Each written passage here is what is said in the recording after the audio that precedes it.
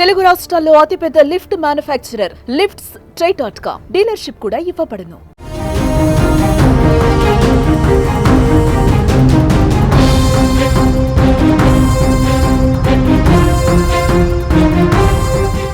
ఆంధ్రప్రదేశ్లో 2-3 రోజుల నుంచి భిన్న వాతావరణం కనిపిస్తోంది. ఒకవైపు ఎండలు మండుతూ ఉండగానే మరోవైపు వర్షాలు కురుస్తున్నాయి. 2 రోజులుగా రాష్ట్రంలోని పలు జిల్లాల్లో వానలు దంచుకొడుతున్నాయి. ఉదయం ఎండెక్కి మధ్యాహ్నానికి వాతావరణం మారిపోయి సాయంత్రం వరకు వర్షం కురుస్తోంది. ఎక్కువగా మెరుపులు ఉరుములతో కూడిన వర్షాలు పడుతున్నాయి. శుక్రవారం రోజున రాయలసీమలోని పలు ప్రాంతాల్లో వాన పడింది.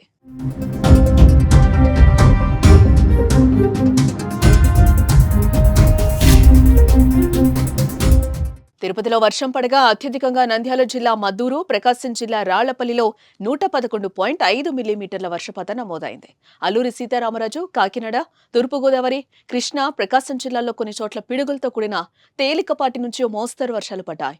కృష్ణా జిల్లా పెదవుటుపల్లిలో 68.9 మిల్లీమీటర్ల వర్షపాతం నమోదైంది. ప్రకాశం జిల్లా సానికవరంలో 65.2 మిల్లీమీటర్లు, అలాగే ఎర్రగొండపాలెంలో 62 మిల్లీమీటర్ల మేర వర్షపాతం నమోదైంది.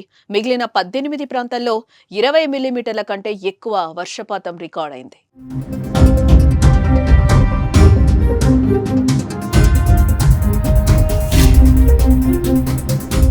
ఇక మరో 2-3 రోజులు ఇలాంటి వాతావరణం కనిపించొచ్చని వాతావరణ శాఖ అంటోంది.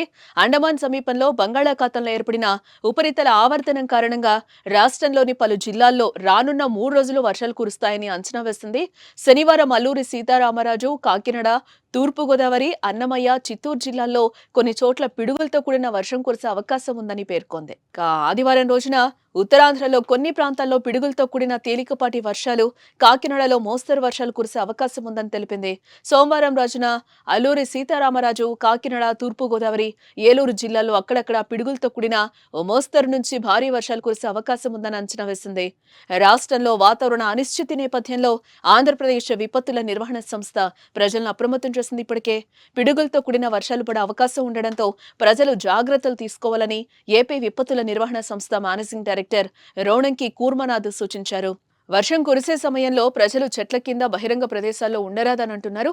రైతులు అప్రమత్తంగా ఉండాలని సూచించారు.